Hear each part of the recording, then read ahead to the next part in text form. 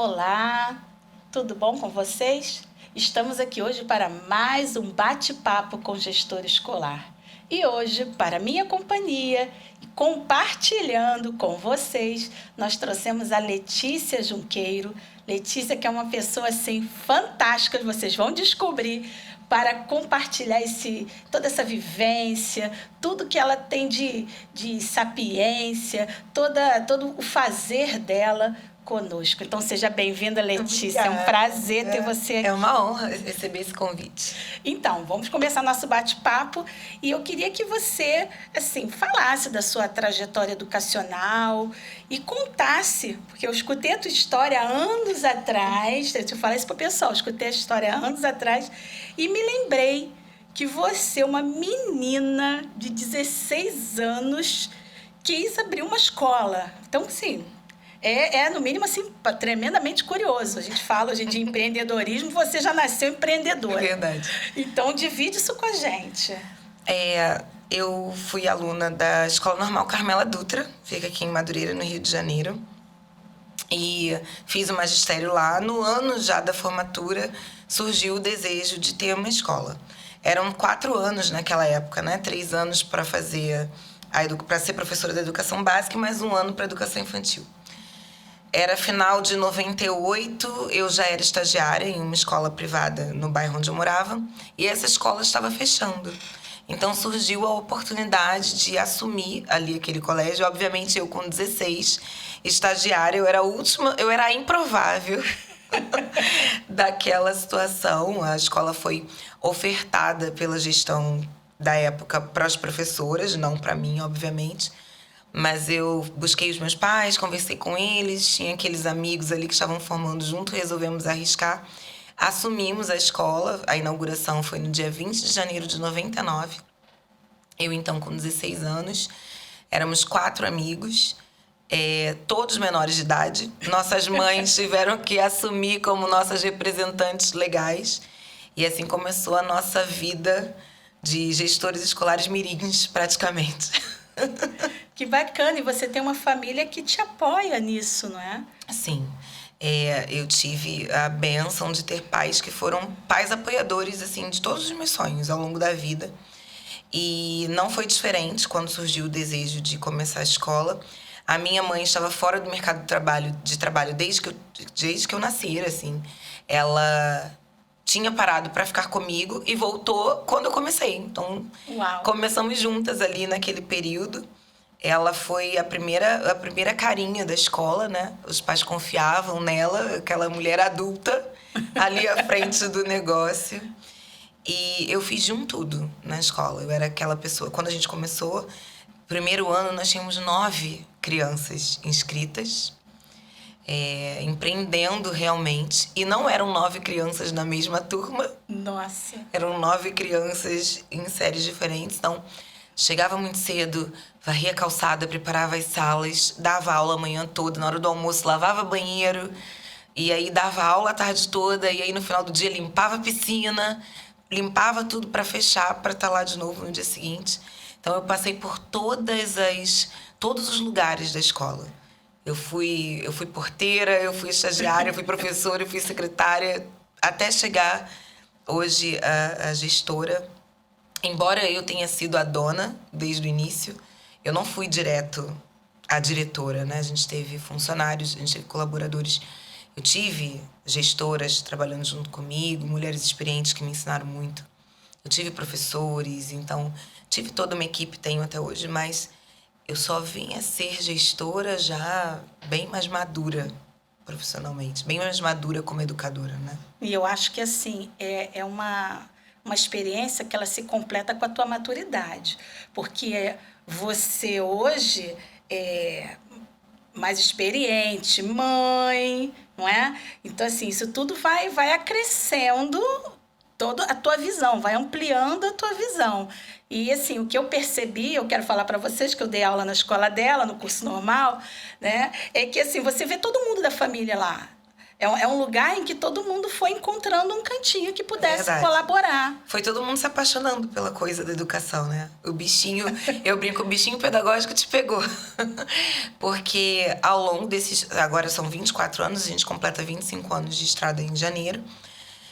Ao longo desses anos, foram primos, foram tios, foram formando em áreas de educação, foram trabalhando com a gente, desde a cantina, aí tem aquela tia que cozinha, aí vem trabalhar na cantina, aí tem aquele que é do comércio e vem vender uniforme, e aí você vai construindo toda uma história que é afetiva também, né? Ela não é só uma história de empreendedorismo, ela é uma história familiar. Toda a família acabou passando por ali. Hoje eu estou na gestão com o marido, com a irmã. Os pais aposentaram no ano passado. Mas a gente cresceu ali dentro. Eu tenho funcionários que estão comigo há 14 anos, há 20 anos, né, que também passaram por vários lugares da escola, que foram se aprimorando, foram fazendo novos cursos, foram se especializando e mudando de área ali dentro. Então, todo mundo cresce, a escola cresce e a gente vai crescendo junto. Ai, que bacana. E hoje vocês estão com qual nível, né, da educação básica? Nós já tivemos desde do berçário até o pós-médio, já trabalhamos inclusive com a formação de professores e hoje nós trabalhamos com a educação básica, com o ensino fundamental. A gente trabalha com as turmas desde a alfabetização, que é o primeiro ano do fundamental, até o 9º ano, encerrando ali o Fundamental 2. Você tem 2 turnos? 2 turnos, manhã e tarde. Muito bem. Agora me diga uma coisa, como foi passar pela pandemia?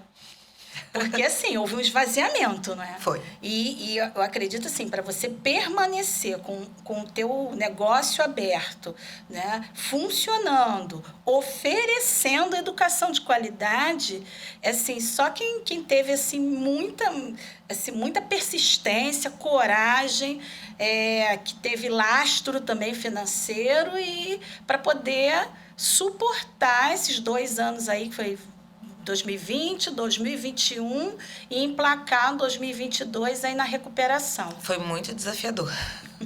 Eu acho que foi o período mais desafiador desses anos todos. Foi o período da pandemia, mas essa coisa empreendedora que a gente tem desde que eu era bem novinha, eu acho que isso foi fundamental, porque um pouco antes da pandemia, meu marido veio acrescentar a equipe e ele sempre teve esse olhar para a tecnologia, né? Então, já tinha essa visão de, olha, é melhor a gente passar para uma agenda eletrônica. Então, a gente já estava com a agenda eletrônica, a gente já estava com o uso de tecnologia em algumas atividades em sala. Então, comparando com alguns colegas que viveram esse desafio, com quem a gente compartilhou naquele período, nós até nos saímos bem. Os pais já sabiam se comunicar com a gente de uma forma mais virtual. Os alunos já tinham acesso a algumas atividades em vídeo. A gente já usava o Drive para mandar tarefas. As tarefas já eram enviadas pelo celular. Então, isso foi um facilitador. Hoje, eu acredito que a gente continua e dá mais valor ainda a essa coisa de estar sempre um pouco à frente. Estar sempre buscando a novidade. Porque a gente percebeu ali em 2020, quando todo mundo foi para o isolamento, que isso fez toda a diferença para a gente conseguir sobreviver. Nós já estávamos um passo à frente. Então, os nossos pais conseguiram manter a comunicação durante todo aquele período. Nós fomos um dos primeiros colégios ali na nossa localidade a iniciar as aulas virtuais. A gente não parou nenhum momento, mesmo quando a gente teve aquela notícia. Ficaremos só 15 dias em casa, que depois foi até outubro. Nesses 15 dias, nós não paramos, nós conseguimos mandar atividades. Então, acho que isso fez toda a diferença. A gente já estava antenado ali com as mudanças de como fazer educação de uma forma mais tecnológica. E eu acho que isso nos salvou. E aí eu te pergunto, Letícia, diante dessa visão, porque é uma visão de futuro, não é? Uma visão de futuro, você está sempre olhando, se percebendo que o mundo está mudando e a escola não para, a escola está em transformação. Eu digo que a educação é transformação porque a educação lida com vida. A matemática, 2 mais 2, a vida toda vai ser 4. Até que cria uma nova teoria, 4. não é? Mas lidar com vida, você está lidando com um processo de transformação. E eu te pergunto, quando você estudou, não é? A escola, ela te preparou para todos os desafios? Eu quero dizer o seguinte, ela te deu habilidade, te desenvolveu, né, conhecimentos que você precisou usar durante toda a sua carreira? Absolutamente. Absolutamente. A escola normal me preparou para uma sala de aula que não existe mais. Certo. Né? Uma sala de aula com uma criança que também não existe mais. Foi há 24 anos atrás, 25 anos atrás. Então, a gente tinha outra percepção de mundo, de infância, de escola, né? Depois, eu cheguei a iniciar a pedagogia, mas naquela época eu acreditei que a pedagogia me daria o que a escola normal já tinha dado. Certo. Então, nem concluí, abandonei e falei assim, não, mais do mesmo. E fui para psicologia. Eu acho que a psicologia me ajuda no sentido de me dar um olhar para esse outro, um olhar mais humanizado ali do que talvez a pedagogia teria me dado. Mas ainda assim ficam lacunas, porque aí não tem um olhar para a educação. Mas me ajuda um pouco com a empatia, com a inteligência emocional, que hoje se faz tão necessária.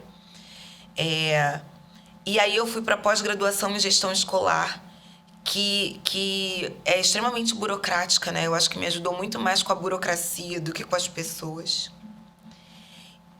Eu acredito que o real aprendizado de como lidar com o outro, de como fazer acontecer a escola, a gente tem com o aluno, com a família, o todo dia, é o portão, a salinha do acolhimento. Eu acho que é ali que você aprende a ser o gestor escolar que a sua equipe precisa, o gestor escolar que o seu aluno precisa, que aquela família precisa.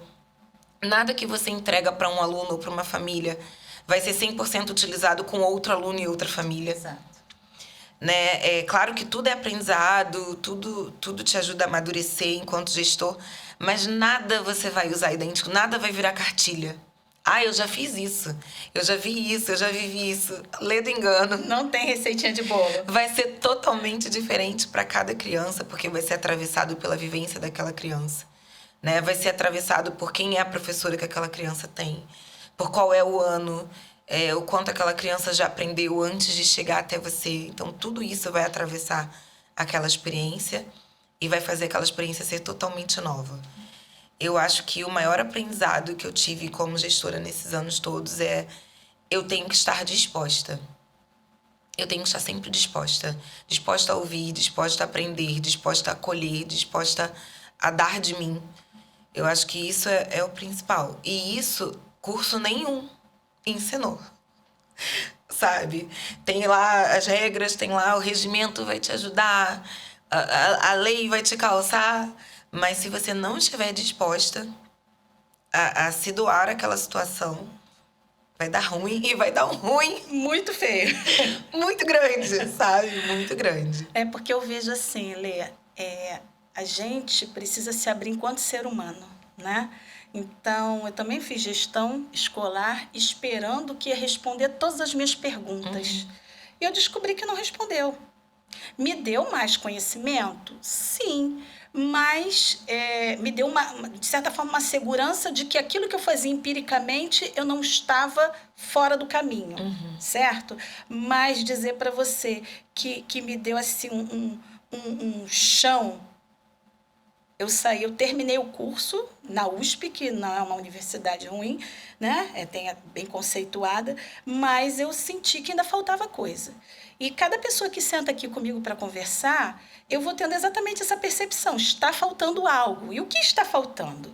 Então, nisso me fez, enquanto estudante do mestrado, buscar essa resposta. Exatamente. O que está faltando para a nossa gestão ser mais assertiva? E aí eu descobri que existe um campo de conhecimento chamado soft skills, que são as habilidades leves, ou seja, que estão ligadas a esse conhecimento do procedimento, do escutar, do olhar, porque a gente está aqui conversando, olhando o olho no olho. Eu estou sentindo a tua emoção, não é? Isso tudo a gente precisa diariamente. Nós já fizemos um making off aqui, tá, pessoal? Deixa eu olhar para lá. Já fizemos um making off aqui, conversando exatamente sobre tudo que a gente precisa para a gente poder fazer melhor o nosso trabalho. E qual não foi a minha descoberta de que a Letícia ela tem as mesmas vivências que eu tenho, que é a escuta para essa criança que se amplia na família. Não é? Então, a gente vê que a empatia, a inteligência emocional, a gente precisa muitas vezes se aprimorar enquanto ser humano, nosso autoconhecimento, para a gente poder cuidar do outro. Porque a escola é um educar, mas é um cuidar também. Então, eu gostaria agora que você falasse o que derivou essa tua escuta na escola, né? Você acabou indo para um outro ramo, pode falar. Depois de muitos anos ouvindo as famílias e percebendo essa lacuna, como você percebeu, né? Porque a gente não consegue fazer um trabalho efetivo com essa criança se a gente não der algum suporte para essa rede de apoio da criança, que são os pais e os seus cuidadores principais, sejam eles avós, irmãos, enfim. Nesse tempo todo em que eu estive dentro da escola, eu pude perceber o quanto esses pais eram desejosos e quanto eles necessitavam de um espaço também de escuta, de acolhimento. E aí, então, como psicóloga, né, a minha graduação principal foi a psicologia, eu acabei levando isso para a minha prática do consultório. Logo que eu me formei, eu trabalhava com a clínica infantil. E lá também percebia esse vácuo, né, de suporte a esses pais. Então, hoje, eu trabalho especificamente com a saúde mental materna. E tanto na escola quanto no consultório, o meu principal foco é o suporte para essa mãe, para essa mulher que precisa ser cuidada, para que então esteja apta a cuidar dessa criança, dar a essa criança o apoio que ela precisa para que ela renda mais, para que ela aprenda melhor, para que ela seja mais facilmente conduzida pelos seus educadores. Essa mãe precisa estar emocionalmente saudável. Assim como a gente precisa cuidar dos professores, assim como a gente precisa cuidar da nossa equipe. Então, a gente entende que essa criança, enquanto produto do meio, precisa que o seu meio esteja cuidado também. E isso vai ser um facilitador para o trabalho que a escola faz. A escola entregando essa mãe para um outro lugar de cuidado, porque muitas vezes a mãe leva para a gestão solicitações que não são da alçada da escola, porque ela não encontra escuta em outro lugar. Sim. Então, quando a gente abre essa escuta em outro lugar, que no meu caso foi na clínica psicológica, né? Mas quando a gente abre esses grupos de apoio, né, esse espaço para que essa mãe, dentro da comunidade dela, seja ouvida e cuidada, a gente melhora o ambiente daquela casa. Consequentemente, a gente melhora a maneira como essa criança se vê e se sente. E isso vai reverberar lá no trabalho da escola, diminuindo a demanda desse gestor também. Exatamente. Porque você, no caso, dá 3 vezes por semana na escola e 2 vezes no consultório, você acaba fazendo um trabalho casado. Porque hoje a escola ela tá com uma carga muito grande. E isso aí eu tive conversando com meus professores, porque a família ela veio se transformando ao longo das décadas. E a sociedade, quando ela olha, ela percebe o seguinte: qual é o único componente social, o único organismo social que ele, digamos assim, ele é fixo dos 4 aos 17 anos da criança? É a escola. E aí você demanda para a escola ensino religioso, você demanda para a escola higiene, você demanda para a escola sexualidade, você demanda para a escola uma gama de coisas, né? Ética, solidariedade, aquilo que vinha de casa, né? Escute o outro primeiro, né? Seja solidário. Hoje em dia a escola tem que dar conta disso tudo. Sim. Porque o pai não tem tempo, né? E a gente viu o olhar do educador sobre isso mudar. Porque quando eu me formei, a gente tinha uma escola, 25 anos atrás, que ainda estava num lugar de ensinar. Ensine. O resto a família vai resolver. Essa criança vem pronta. E o olhar da família para o professor também era outro. Então, você dizia... Quando eu era criança, quando eu estudava, se a professora dissesse para minha mãe, ela se comportou mal, minha mãe ia resolver o meu comportamento, eu ia voltar Perfeita para a escola, resolvida. Quando eu comecei a dar aula, a gente estava naquele momento. Se eu dissesse para a mãe, ele não se comportou bem, a gente ia resolver juntas, eu e a mãe. Já tinha saído daquele lugar que era só a mãe. E hoje, o comportamento tá ruim. Ai, professora, o que eu faço? E aí, muitas vezes, a escola vai resolver sozinha. Sim. Então, a gente foi trocando de lugar, né? A nossa grande luta é para tirar o professor daquele lugar. Eu estou aqui só para ensinar, para ele entender que a gente não, esse discurso não funciona mais, a gente vai precisar cuidar e acolher. Sim, agora não tem mais como fugir dessa nova demanda. No entanto, a gente entra num lugar de trazer essa família de volta. Porque a gente já entendeu que não vai poder se isentar desse lugar, mas não é correto, adequado e nem saudável que a gente faça sozinho. Sim, tá terceirizando, né? Então agora a luta da escola agora é trazer essa família de volta. Não para devolver essa demanda 100% para ela, mas para que eles entendam que a gente vai precisar fazer isso junto. Sim, as minhas reuniões de pais, eu costumo dizer que eu passo mais tempo ensinando a mãe e o pai, o responsável, a como ele lidar com a criança, como ele resolver. Do que solucionando a criança. Exatamente. Como ele estudar, como ele conversar. Ah, meu filho não está bem, o que eu faço?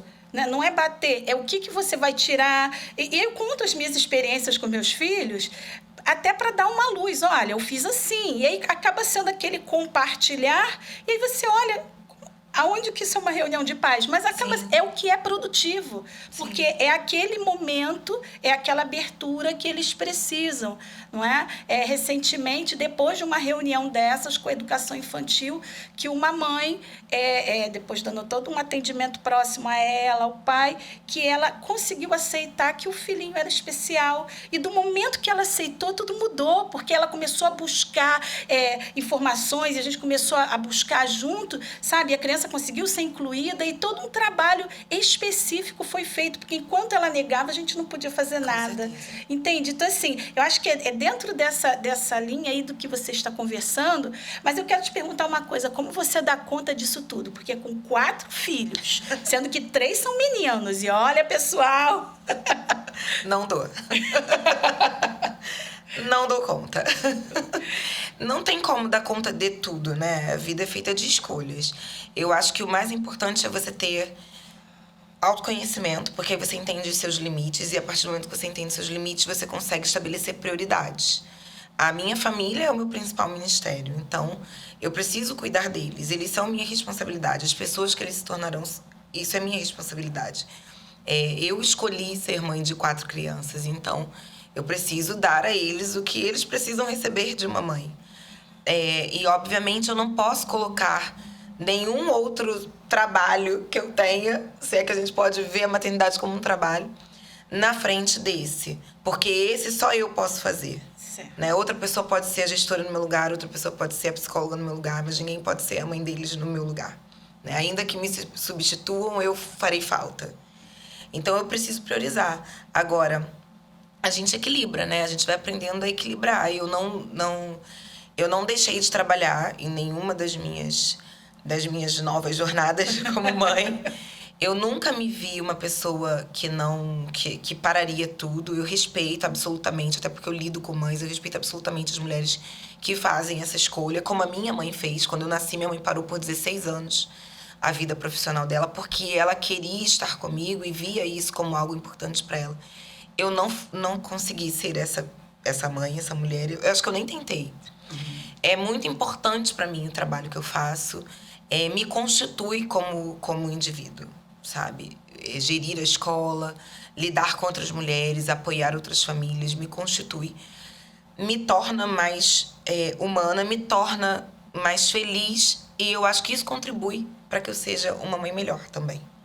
É isso sabe? aí. Isso é essencial para mim. Acho que eu não me vejo. E eu acho que eles também não me veem como uma mãe...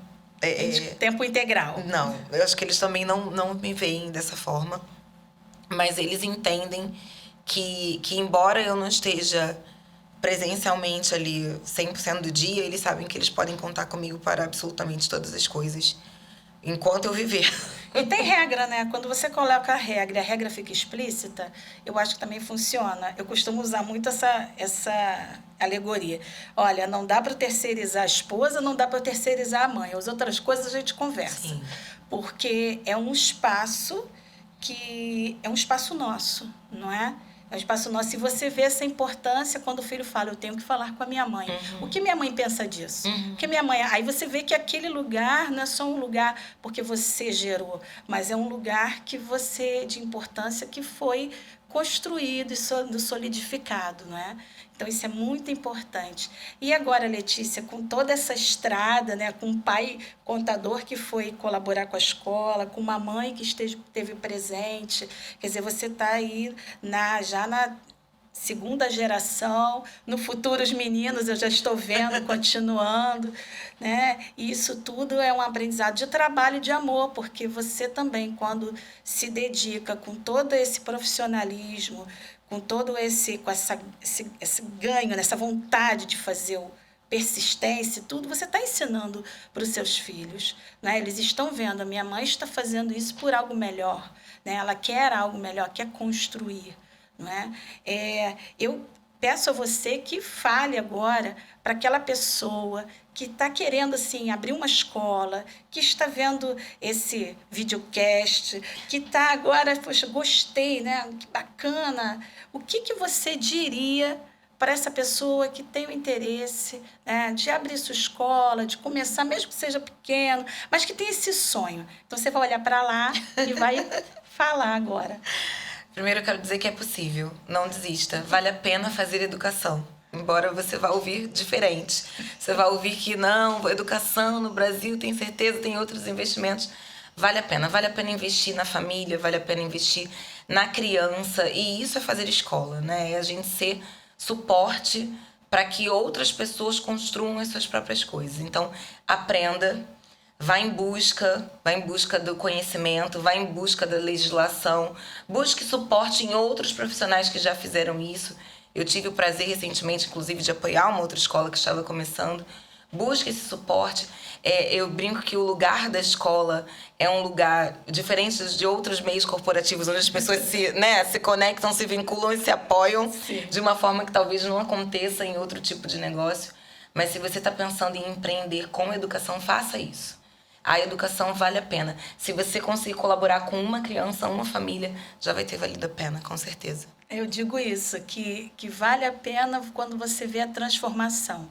A gente propõe para 100%, mas se a gente vê um transformando, dois, nossa, mas é uma alegria imensa.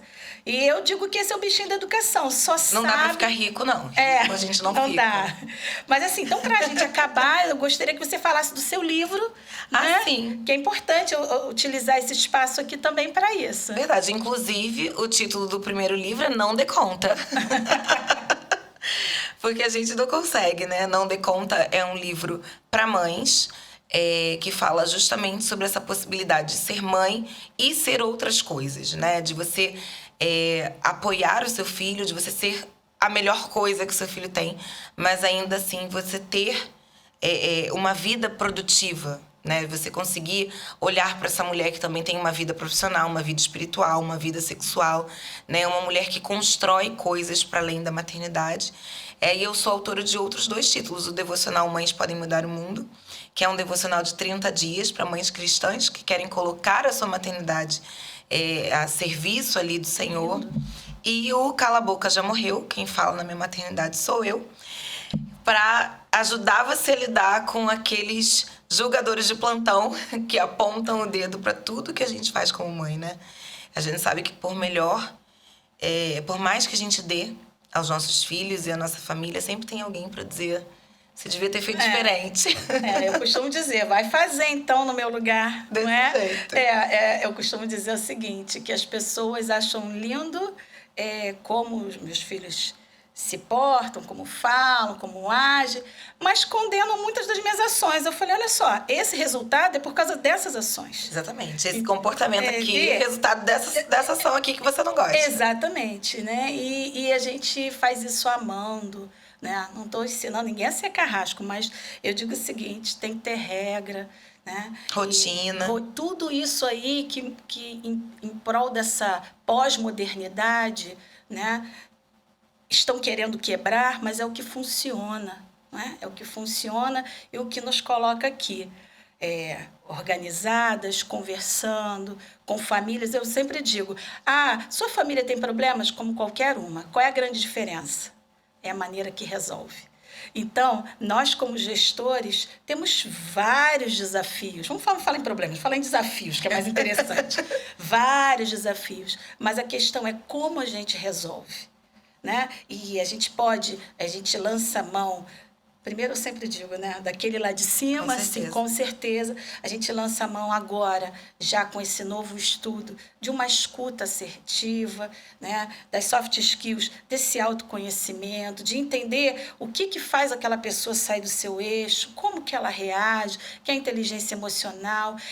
Ter uma preocupação empática, né? Mais do que empatia ainda. Eu vou me adiantar ao que possa o outro sentir. Então, isso tudo colabora para que essa gestão seja de sucesso. Eu quero te parabenizar pelo seu trabalho e fala o nome da sua escola aqui no Rio de Janeiro. Então, a escola Centro Educacional Lima Nascimento, ela teve esse nome por 23 anos e no final do ano passado ela passou a ser uma escola que oferece também os princípios cristãos e mudou de nome para Atos Educação. Então, você encontra no Instagram como @AtosEducaçãoRJ. Bacana, isso aí. E é o que eu te falo, né? Agora acho que você consegue atingir até muito mais, porque você atinge o coração, a gente não pode se desvirtuar como ser humano somente do físico. Exatamente. Né? Nós temos todo um campo aí e quantas vezes, às vezes é importante a gente não esquecer da dimensão espiritual. Mas esse é um papo para um outro podcast que a gente vai ter. Eu espero que você tenha gostado bastante dessa nossa entrevista, que foi maravilhosa, aqueceu meu coração e dizer que, olha, de repente seu filho de 16 anos está falando algo que você não julga importante. Olha aqui o sonho de uma vencedora, né? Eu te parabenizo, que Atos Educação agora tem um novo caminho a ser trilhado. Amém. Muito obrigada. Obrigada pelo convite. Foi ótimo estar com vocês e até o próximo papo com gestor escolar. Tchau, tchau.